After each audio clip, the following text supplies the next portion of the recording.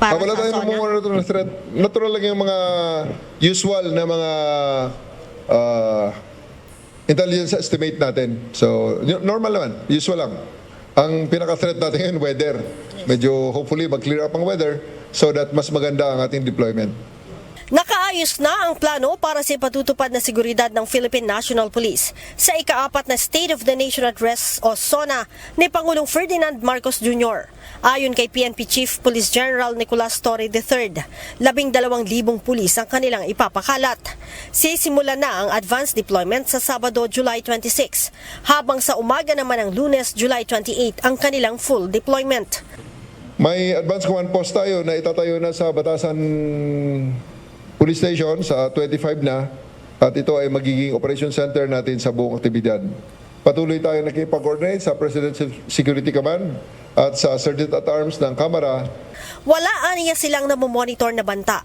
Ngunit isa sa itinuturing nilang malaking hamon ay ang masamang lagay ng panahon. Kaya naman, sinabi ni General Torre na magdadala sila ng maraming payong. Naka-ready tayo in terms of logistics, may mga nakahanda na tayo. Nakahanda na tayo ng maraming payong. Para makisukob pati ang mga ralista. Umulan, umaraw, maging komportable at maging okay ang security environment para makapag-deliver ng maayos ng SONA niya ang ating presidente.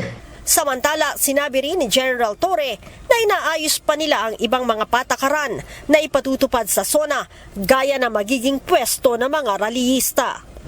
Nagpaalala rin ang general sa mga anti- at pro-rallyist na humingi ng permit sa mga local government units kung planong magsunog ng FVG. Alam naman ng mga tao na yan na according to the environmental law, bawal ho yan. Magsusunog pa ng kung ano-ano. May kasama pa minsan, may mga tires pa minsan. So, something na I would suggest, ihingi nila ng permit sa local government unit or sa the appropriate agency, sa DNR, na magsunog sila dyan sa kalsada. Kasi under normal circumstances, arrestable yan eh. Tiniyak din ng PNP na magpapatupad ng maximum tolerance ang mga pulis na nakadeploy para sa SONA ng presidente. Rest assured that the Philippine National Police will do everything to ensure that you will be able to express your opinion with full freedom.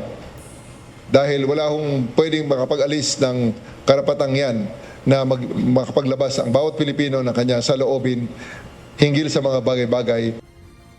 Leia Ilagan, UNTV, News and Rescue. Diyos ang aming sandigan, serbisyo publiko ang aming pinahahalagahan.